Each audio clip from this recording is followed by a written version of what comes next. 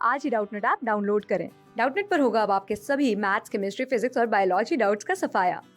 बस अपने क्वेश्चन की फोटो खींचो, उसे क्रॉप करो और तुरंत वीडियो सोल्यूशन पाओ। Download now. हेलो गाइस, तो ये हमारा part 2 of plant growth and development. Okay, part 1 में हमने ग्रोथ के बारे में पढ़ा। हमने देखा ग्रोथ जो अपनी वो कैसी है, इंटरमीडिएट है, ओके, और मेजरेबल है। फिर हमने ग्रोथ के डिफरेंट फेजेस देखे। अब हम देखेंगे ग्रोथ रेट के बारे में। फिर हम देखेंगे अपना जो ग्रोथ है उसके लिए कौन सी कंडीशंस नेसेसरी हैं। ओके, तो ग्रोथ रेट बेसिकली होता क्या है, देखो, increased growth per unit time is known as a growth rate, यानी कि पर्टिकुलर टाइम के अंदर कितना ग्रोथ हो रहा है। जैसे कि एग्जांपल देते हैं, यहाँ पे अपना लीफ है, ठीक है। अभी इसका सरफेस एरिया है 5 सेंटीमीटर स्क्वायर। हमने बोला था जो लीफ होती है उसकी जो ग्रोथ है वो सरफेस एरिया के बेसिस पे मेजर करी जाती है। हमने देखा था पैरामीटर्स में, ठीक है, ग्रोथ पैरामीटर्स के अंदर। अब अगर मान लेते हैं इसमें इंक्रीज हुआ कितना, 5 सेंटीमीटर का, यानी कि अब हो गया इसका सरफेस एरिया 10 सेंटीमीटर, ठीक है। और कितने टाइम में, एक आवर में मान लेते हैं, तो उसका ग्रोथ रेट जो होगा वो कितना होगा, वो होगा 5 सेंटीमीटर पर आवर। सिंपल। तो इसी को आगे हम डिटेल में स्टडी करेंगे। ओके, तो यहाँ पे ये बोल रहा है कि जो रेट है ऑफ ग्रोथ उसको एक्सप्रेस किया जा सकता है मैथमेटिकली। अब कैसे एक्सप्रेस किया जा सकता है उस चीज़ को हम समझते हैं, ठीक है। तो आगे बढ़ने से पहले देखो एक चीज़ यहाँ पे हम बता दें, हम अभी स्टडी करेंगे आगे दो type of growth, arithmetic and geometric. अब अर्थमेटिक और जियोमेट्रिक में सिंपल सा डिफरेंस क्या है, यहाँ पे एक के बनेंगे दो, दो के बनेंगे तीन, तीन के बनेंगे चार, चार के बनेंगे पाँच। जियोमेट्रिक में क्या होता है, एक के बनेंगे दो, दो के बनेंगे चार, चार के बनेंगे आठ, आठ के बनेंगे 16 एंड 16 के बनेंगे यहाँ पे 32। तो बेसिकली यहाँ पे कैसा इंक्रीज हो रहा है, जियोमेट्रिक या और we can say exponential increase हो रहा है, ठीक है। यहाँ पे इंक्रीज कैसा हो रहा है, लीनियर ग्रोथ, और we can say constant increase हो रहा है, ठीक है। तो ये होता है basic difference between arithmetic and geometric growths. तो इसी को हम थोड़ा यहाँ पे डिटेल में स्टडी करेंगे। यहाँ पे क्या कह रखा है, the growth rates can be arithmetic and geometric, ठीक है। तो अब इन्होंने बता रखा है कि अर्थमेटिक में बेसिकली होता क्या है। यहाँ पे अपना माइटोटिक सेल जो है जब डिवाइड करता है तो उसमें सिर्फ एक ही सेल फिर से डिवाइड करता है, दूसरा सेल क्या करता है, डिफरेंशिएट एंड मैच्योर। यानी कि कहना चाह रहा है कि यहाँ पे अपना सेल है ए, ठीक है, ये डिवाइड करा किसके अंदर, A1 एंड A2 के अंदर। तो A2 जो है ये क्या कर जाएगा, डिफरेंशिएट कर जाएगा। लेकिन यहाँ पे ये जो है अपना A1, ये वापस से क्या करेगा, डिवाइड करेगा। यानी कि दो में से सिर्फ एक ही डिवाइड कर रहा है। तो अभी देखो एक के दो बने, ठीक है। अब ये जो है फिर से डिवाइड करेगा, तो यहाँ पे हमें कितने सेल्स मिल जाएंगे, तीन। इसको अभी हम बताते हैं कैसे। ये तो अपना A2 डिफरेंशिएट करा हुआ, A1 को हम कह देते हैं A1 और A1 स्टार लगा देते हैं एक में, ठीक है। एक हो जाएगा अपना A1 स्टार और एक हो जाएगा अपना A1 हैश। तो बेसिकली पहले एक सेल था, एक के दो मिले, अब दो के तीन मिल गए, ठीक है। ऐसे ही क्या होगा, अब ये दोनों अपने क्या करने चले जाएंगे, डिफरेंशिएट करने चले जाएंगे, और सिर्फ ये वाला ही क्या करेगा, डिवाइड करेगा। तो अब फाइनली हमें तीन के चार मिलेंगे, ठीक है। तो उस ग्रोथ को हम क्या कहते हैं, अर्थमेटिक ग्रोथ। जहाँ पे क्या होता है, सेल डिवाइड करता है, एक डिफरेंशिएट करता है और एक वापस जो बचा वाला होता है वो फिर से डिवाइड करता है, ठीक है। एग्जाम्पल यहाँ पे दे रखा है क्या, कि अपनी जो रूट है वो इलोंगेट करती है एट कांस्टेंट रेट। बेसिकली देखो सिंपल टर्म्स में अगर कहा जाए तो कुछ भी इलोंगेशन हो या इंक्रीज इन हाइट हो वो हमेशा कांस्टेंट रेट पे ही होगा। लेकिन अगर बात करें ग्रोथ कि किसकी, मेरिस्टेमेटिक सेल्स जो होते हैं वहाँ पे डिवीजन की बात करें, तो मेरिस्टेमेटिक रीजन वाला जो पोर्शन होता है या प्लांट की जो इनिशियल ग्रोथ होती है हमेशा एक्सपोनेंशियल होती है, ठीक है। वो हमें देखने को मिलेगा आगे वाले ग्रोथ रेट में, यानी कि ज्योमेट्रिकल ग्रोथ रेट में, ठीक है। पहले आप ये समझ लो बस कि इलोंगेशन और हाइट इंक्रीज ये कैसा है, कांस्टेंट होता है। यहाँ पे क्या होता है, जैसे कि हाइट कैसी है अपनी, पहले 1 सेंटीमीटर थी, तो अब कितनी हो जाएगी, 2, फिर 3, फिर 4, फिर 5, 6 ऐसे, ठीक है। लेकिन अगर आप देखेंगे कि जो ग्रोथ थी on the basis of number of cells, ठीक है, तो वहाँ पे सेल्स पहले 2 थे, फिर 8 हो गए, फिर हो गए अपने 16 ऐसे करके, यानी कि एक्सपोनेंशियल ग्रोथ। ओके, मैथमेटिकली इसको कैसे रिप्रेजेंट किया गया है, देखो LT, okay, is equal to L0 plus RT। अब LT क्या होता है, length at time t, okay. L0 क्या था, लेंथ एट टाइम 0, और R क्या होता है अपना ग्रोथ रेट इलोंगेशन पर यूनिट टाइम। ठीक है, अब ये हमने समझ लिया कि लीनियर ग्रोथ बेसिकली हो क्या रही है, उसका मैथमेटिकल रिप्रेजेंटेशन। एग्जाम में देखो हो सकता है कि मैथमेटिकल रिप्रेजेंटेशन का फॉर्मूला पूछ ले, लेकिन ये भी बहुत रेयरली आता है। ठीक है, एक्सप्रेशन जो होता है यूजली हमेशा कैरिंग कैपेसिटी वाले चैप्टर में से आता है। ओके, तो अब इसको हम ज़रा स्टडी करते हैं ज्योमेट्रिकल ग्रोथ में। ज्योमेट्रिकल ग्रोथ जो होती है, यहाँ पे इनिशियल ग्रोथ हमेशा कैसी होती है, स्लो होती है, जिसको हम क्या कहते हैं, लैग फेज कहते हैं। उसके बाद ग्रोथ जो होती है वो इंक्रीज करती है कैसे, रैपिडली, जिसको हम क्या कहते हैं, एक्सपोनेंशियल रेट, और वी कैन से लॉग और एक्सपोनेंशियल फेज। उसके बाद फिर से अपना जो ग्रोथ है वो due to availability of nutrients, यानी कि जो न्यूट्रिएंट्स वगैरह होते हैं वो कम हो जाते हैं, और वी कैन से जो स्पेस वगैरह होता है वो कम हो जाता है। ठीक है, उसके बाद फिर से कहाँ पे आ जाते हैं हम, एक स्लो डाउन फेज पे, जिसको हम क्या कहते हैं, स्टेशनरी फेज।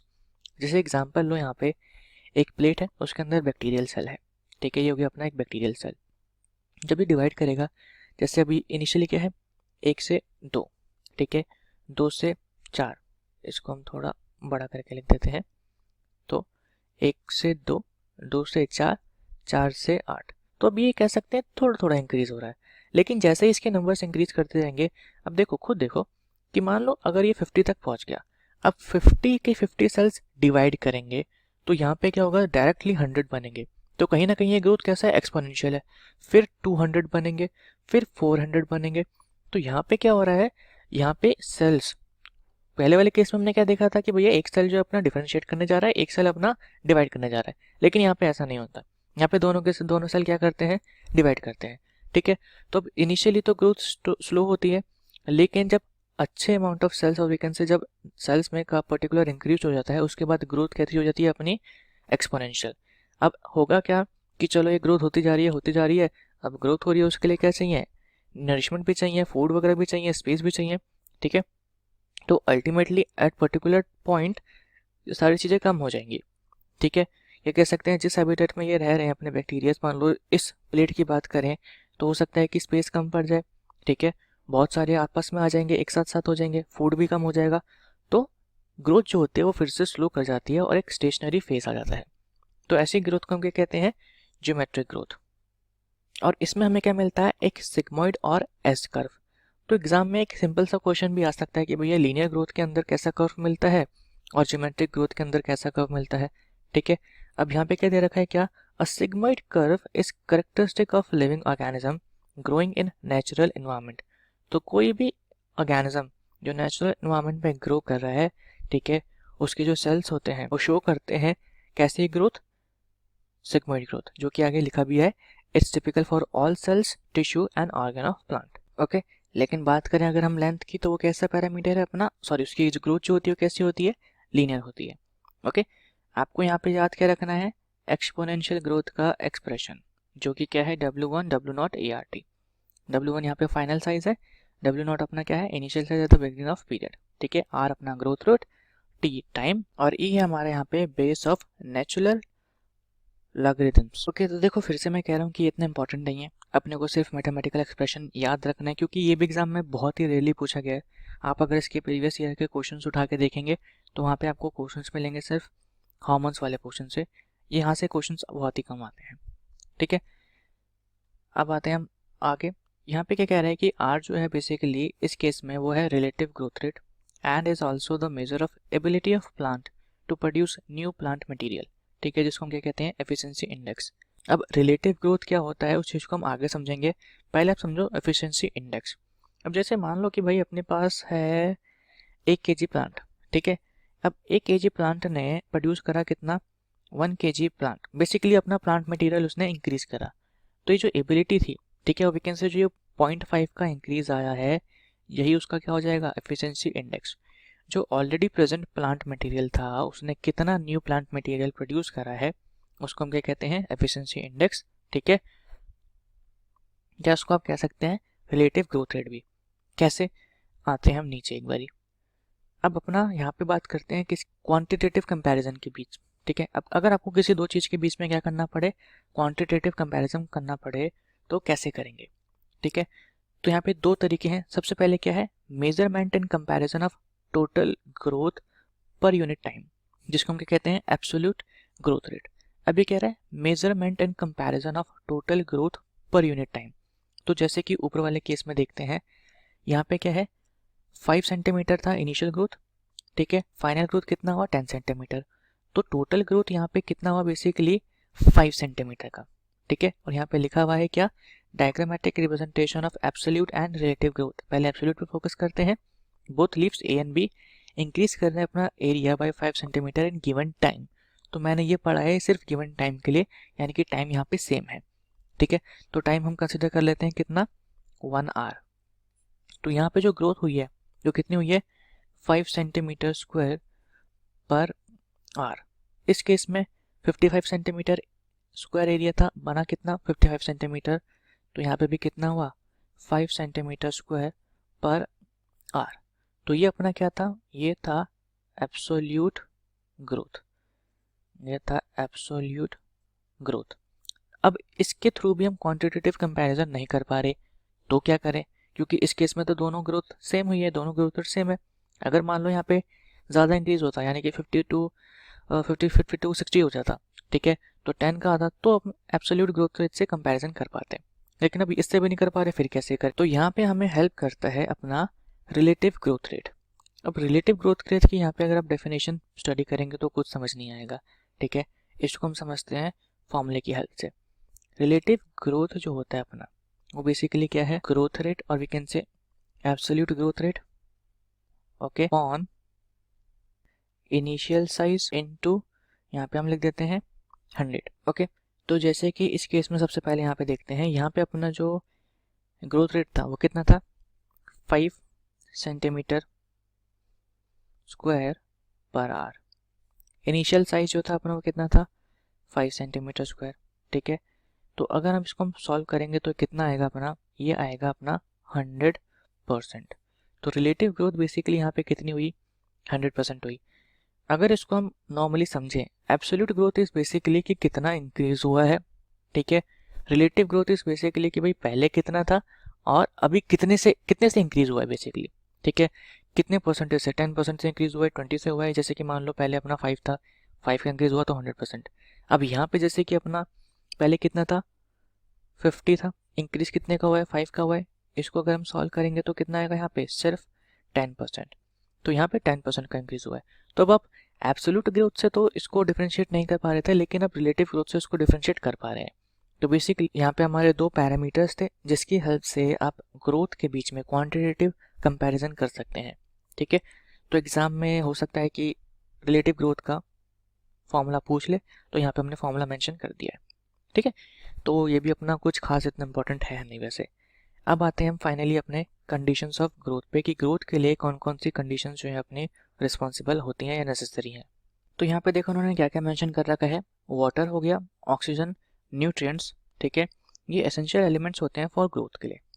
प्लांट का जो साइज होता है वो ग्रो करता है इन साइज बाय एनलार्जमेंट, ठीक है, जिसके लिए रिक्वायर होता है क्या वाटर। टर्जिडिटी जो हेल्प करती है इन एक्सटेंशन ग्रोथ, उसके लिए भी वाटर का रिक्वायरमेंट होता है। साथ ही साथ वाटर जो होता है अपना वो प्रोवाइड करता है क्या मीडियम फॉर एंजाइमेटिक एक्टिविटीज, ठीक है।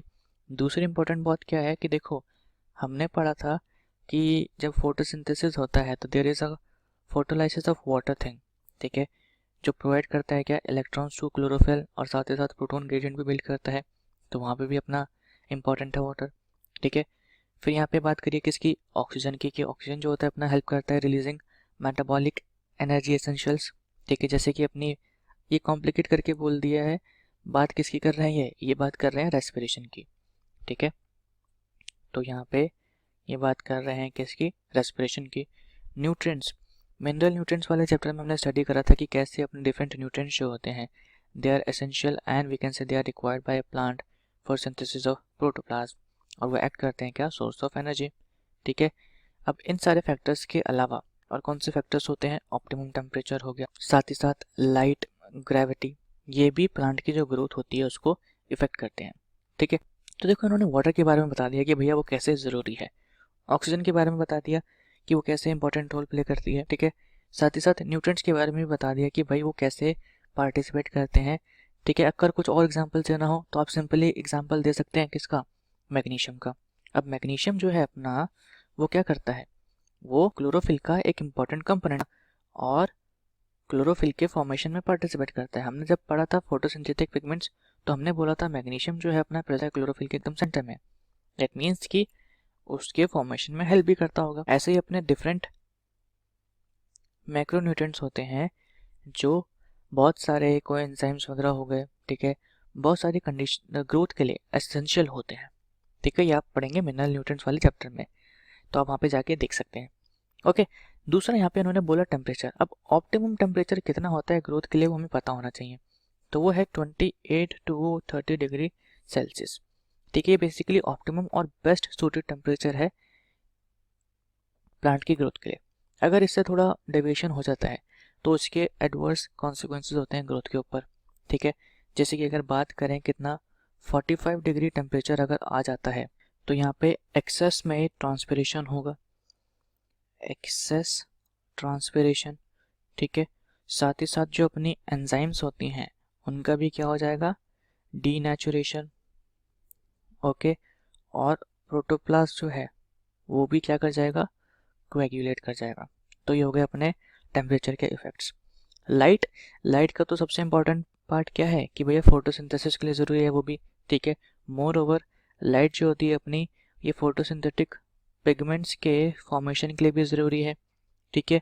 लास्ट से रखा था अपना ग्रेविटी, तो ग्रेविटी क्या करती है, डिटरमाइन करती है ओरिएंटेशन हो गया या मूवमेंट हो गया किसका, रूट का, स्टेम का एंड ब्रांचेस, ठीक है। क्योंकि हमें पता है कि जो अपनी रूट्स होती हैं वो पॉजिटिवली जियोट्रॉपिक भी होती है, नेगेटिवली जियोट्रॉपिक भी होती है। तो gravity is mainly responsible for orientation.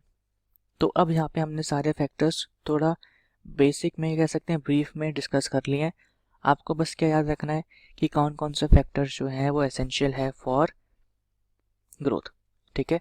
और वो है अपना water, oxygen, nutrients, temperature, light और ग्रेविटी। गेट्स इट, और कुछ नहीं याद रखना, ठीक है। अब अपना क्या है यहाँ पे, डिफरेंशिएशन, डी डिफरेंशिएशन एंड रीडिफरेंशिएशन। तो बेसिकली ये 3 डेफिनेशंस आ सकती हैं एग्जाम में, बहुत ही सिंपल सा है, कुछ भी कंफ्यूज होने की यहाँ पे ज़रूरत नहीं है। तो स्टार्ट करते हैं। देखो यहाँ पे क्या कह रहा है कि सेल्स जिसको हम डिराइव करते हैं फ्रॉम रूट एपिकल और शूट एपिकल मेरिस्टेम, ठीक है, कैम्बियम, वो डिफरेंशिएट करते हैं and mature to perform specific function, ठीक है। ये जो एक्ट है मैच्योरेशन का, इसी को हम क्या कहते हैं, डिफरेंशिएशन कहते हैं। यानी कि जब अपना एक मेरिस्टेमेटिक टिश्यू ये लूज कर जाता है क्या, एबिलिटी टू डिवाइड, इसको क्या कर देता है, लूज कर देता है, और ये फॉर्म करता है क्या, एक परमानेंट सेल। और साथ ही साथ ये एक्वायर कर लेता है क्या, अपना पर्टिकुलर शेप, साइज और फंक्शन। जैसे कि हमने पढ़ा था क्या, structural differentiation and physiological differentiation, ठीक है। तो बेसिकली वही जो पूरा प्रोसेस था अपना, ये जो मैच्योरेशन का पूरा प्रोसेस है, इसको हम क्या कहते हैं, डिफरेंशिएशन कहते हैं। एग्जाम्पल से समझते हैं। डिफरेंशिएशन के टाइम पे बेसिकली होता क्या है कि सेल वॉल में भी चेंजेस आते हैं, ठीक है, और साथ ही साथ प्रोटोप्लाज्मिक मॉडिफिकेशंस भी होती हैं, ये हमने पहले बताया था, ठीक है। जैसे कि बात करें ट्रैकरी एलिमेंट की, तो यहाँ पे सेल जो होगा वुड लूज देयर प्रोटोप्लाज्म।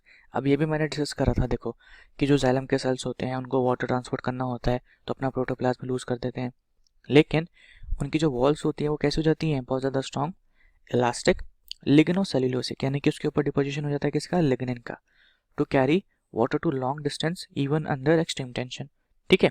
तो बेसिकली सेल्स का क्या चेंजेस हुआ, सेल वॉल का क्या चेंज हुआ कि वो लिग्नोसेल्यूलोसिक हो गई, थिक हो गई, स्ट्रॉन्ग हो गई, इलास्टिक हो गई, प्रोटोप्लाज्म पूरा क्या हो गया, गायब हो गया।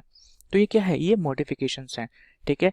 एक मेरिस्टेमेटिक सेल जो अभी थोड़ा बड़ा हुआ था, अब वो पूरा का पूरा कैसा हो गया, चेंज हो चुका है परमानेंट सेल के अंदर, उसके अंदर पर्टिकुलर मॉडिफिकेशंस हो गई हैं, फंक्शन आ गया उसका। इस प्रोसेस को हम क्या कहते हैं, डिफरेंशिएशन कहते हैं।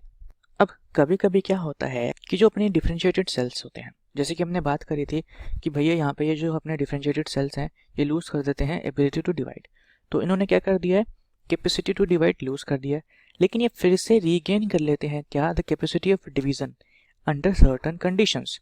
इसी फिनोमेना को हम क्या कहते हैं, डी डिफरेंशिएशन।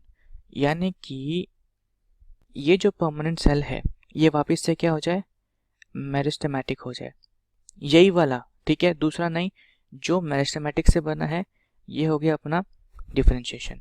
अब इस फिनोमेना को हम क्या कहते हैं, डी डिफरेंशिएशन। जैसे कि हमने पढ़ा था क्या कि अपनी जो मेरिस्टम्स होती हैं बेसिकली कौन सी, इंटरफेसिकुलर कैम्बियम ठीक है, और कॉर्क कैम्बियम। ये किससे डेवलप करते हैं? फुली डिफरेंशिएटेड पेरेन्काइमा सेल से, ठीक है। इंटरफेसिकुलर कैम्बियम जो होता है वो बनता है किससे? मेडुलरी रेस के सेल से। और कॉर्क कैम्बियम जो होता है ये बनता है किससे? कॉलेनकाइमा सेल से, ठीक है। तो बेसिकली कॉलेनकाइमा अपना क्या है? एक परमानेंट टिश्यू है, we can say permanent cell है, क्योंकि उसके पास अपना पर्टिकुलर शेप है, साइज है, फंक्शन है।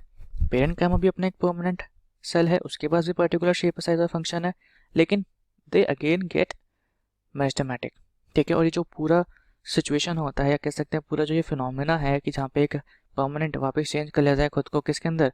मेरिस्टेमेटिक के अंदर, वो अपना कंडीशन कौन सा होता है? D differentiation. अब होगा क्या फाइनली लास्ट अपना, कि ये जो अपने डी डिफरेंशिएशन हुआ है, यानी कि अपने जो फिर से मेरिस्टेमेटिक सेल्स बने हैं, अब ये डिवाइड करेंगे क्योंकि मेरिस्टेमेटिक है, और ये प्रोड्यूस करते हैं सेल्स जो अगेन लूज कर देते हैं कैपेसिटी टू डिवाइड, ठीक है। और फिर वो मैच्योर करते हैं टू परफॉर्म स्पेसिफिक फंक्शंस। उन सेल्स को हम क्या कहते हैं?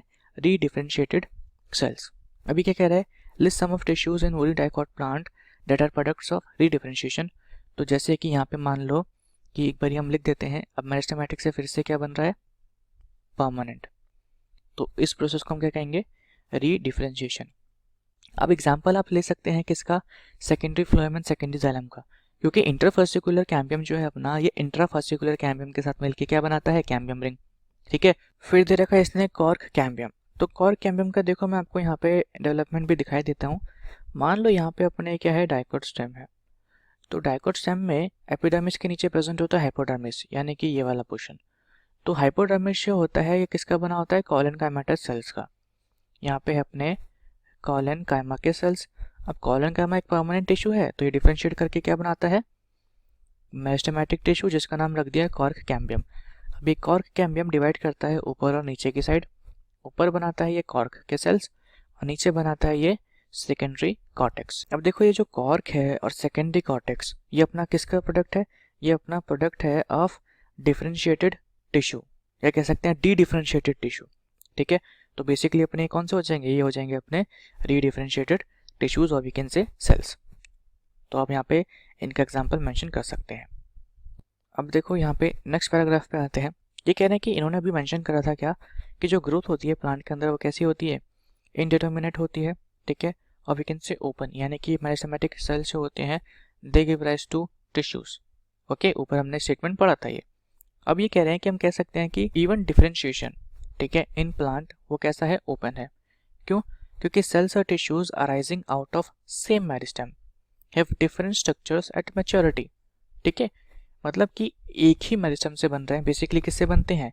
अगर बात करें सिर्फ स्टेम की, तो शूट एपिकल मेरिस्टेम से बन रहा है। अब शूट एपिक्स के अंदर आपको पेरेन्काइमा देखने को मिलता है, कॉरेन्काइमा देखने को मिलता है, ठीक है, जाइलम एंड फ्लोएम देखने को मिलते हैं। अल्टीमेटली बन किससे रहे हैं? सबके सब एक ही मेरिस्टेम से बन रहे हैं, लेकिन अलग अलग तरीके से डिफरेंशिएट करते हैं मैच्योरिटी पे, ठीक है। तो हम कह सकते हैं क्या, कि डिफरेंशिएशन भी क्या है? ओपन है, यानी कि डिपेंड करता है किसके ऊपर? बेसिकली लोकेशन ऑफ सेल्स के ऊपर, ठीक है। और साथ ही साथ हम कह सकते हैं कि फंक्शन पे भी कहीं ना कहीं डिपेंड भी करता है।